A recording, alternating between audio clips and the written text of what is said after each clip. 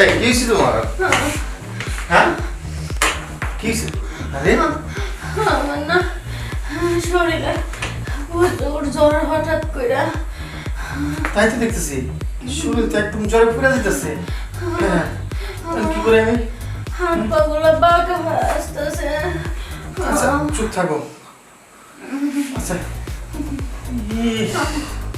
জ্বর তো একদম পুড়ে যেতেছে গাও, আমি কি করি? আচ্ছা শোনো না, আমি এখন ডাক্তার নিয়ে যেতেছি, ঠিক আছে? ঠিক আছে, তুমি একটু চুপ থাকো। তাড়াতাড়ি এসো। হ্যাঁ যেতেছি।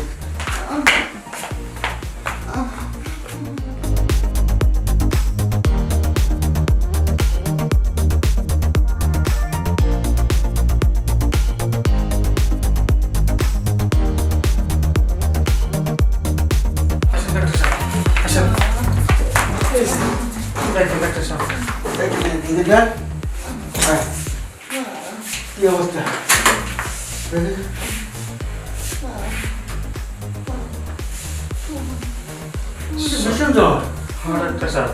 আমার না খুব ভয় লাগতেছে।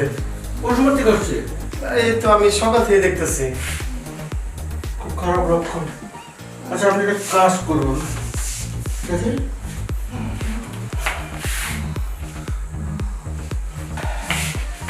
বুঝতে পেরেছি। ডাক্তার সাহেব ভালোই মতো? হ্যাঁ ভালো তো হবে, ভালো হবে না।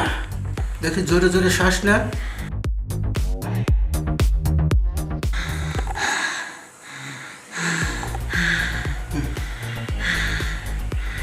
আর একটু জোরে।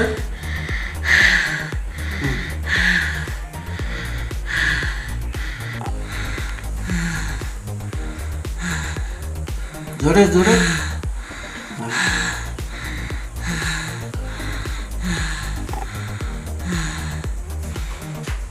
বুঝতে পেরেছি, শ্বাসকষ্ট আপনার খুব সমস্যা করতেছে। আচ্ছা ওই পেটের কাপড়টা একটু সরান। বাবা রে বাবা, এ তো দেখছি অন্য জিনিস। এ তো আমার মাথা নষ্ট হয়ে গেল দেখে। যাক এবার ভালো করে নাইডে সাইডে দেখলে তো সব খবরই নেওয়া যাবে। আচ্ছা দেখি এখানে নষ্ট হয়ে গেল, কিন্তু এই জায়গায় তারাই কীভাবে? হ্যাঁ ওকে তাড়ানোর ব্যবস্থা আছে। শোনো তুমি একটা কাজ করো, তুমি আমার চেম্বারে যে গোপালকে বলবে আমার থার্মোমিটারটা দিতে। হ্যাঁ কঠিন রোগ, থার্মোমিটার ছাড়া জ্বর নির্ণয় করা যাবে না, বুঝতে পেরেছো? যাও তুমি তাড়াতাড়ি যাও, খুব তাড়াতাড়ি চলে যাবে। ঠিক আছে বাবু, যাও।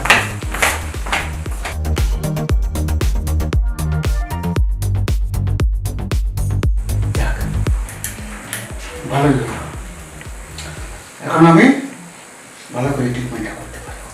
শোনো তোমার স্বামীকে তো থার্মোমিটার দিয়ে পাঠাইছি, কিন্তু ওর চেয়ে বড় থার্মোমিটার কিন্তু আমার কাছে আছে। সব কথা তার স্বামীর সামনে বলা যায় না।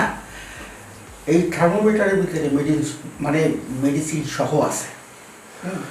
একবার যদি পুশ করি তোমার শরীর ব্যথা, জ্বর যা আছে, মাথা ব্যথা একেবারে দূর হয়ে যাবে।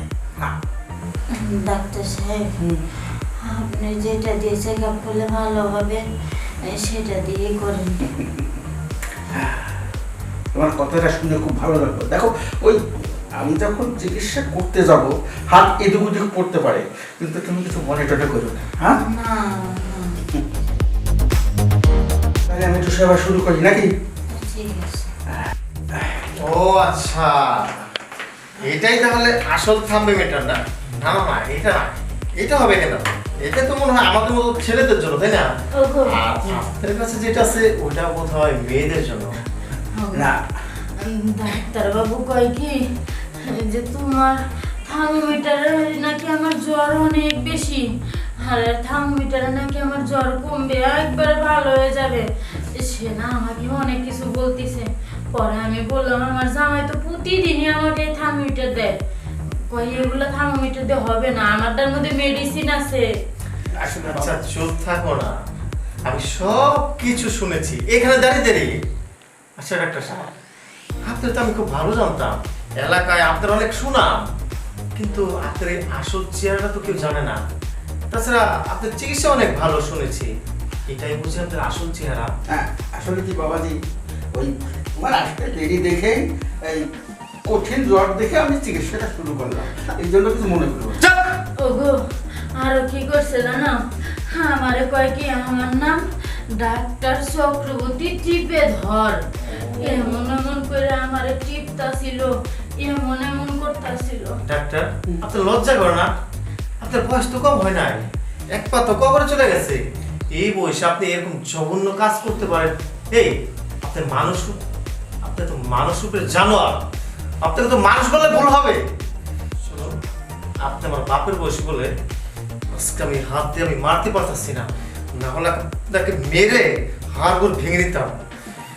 আমি যাই হোক, মানে ভুলবশত একটা জিনিস হয়ে গেছে, তুমি কিছু মনে করো না। ওই আসলে আমি কি যে হয়ে গেছে চুপ! আজকে যদি এই ভুলবশত আমি আপনার মেয়ের সাথে করতাম, আপনি কি করতেন? আপনি আমাকে কি করতেন? লজ্জা করে না আপনি আমার মুখের উপরে কথা বলেন? হ্যাঁ, এই আপনার লজ্জা করে না? হ্যাঁ, আপনি ডাক্তার হয়ে কিভাবে একটা রোগীর সাথে এভাবে কাজ করেন? আপনি কি মনুষ্যত্ব বলতে কিছু আছে না? সব কিছু গুলে খেয়ে ফেলেছেন। হ্যাঁ শুনুন, আজকের পর থেকে যদি আপনাকে এই এরিয়ার ভিতরে কখনো আমি দেখি না, আপনাকে কিন্তু আমি আর আস্থা রাখবো না। আমি ভুলে যাব যে আপনি বাবার বয়সে আপনি আমার। যান, এই মুহূর্তে আপনার চোখের সামনে থেকে চলে যান। আর হ্যাঁ, থার্মোমিটার নেবেন না যেন আরো কোনো রোগীর কাছে গিয়ে তার হাজবেন্ড কিংবা তার ভাইয়েরকে এই থার্মোমিটার আনাবেন, নিয়ে যান। যান যান।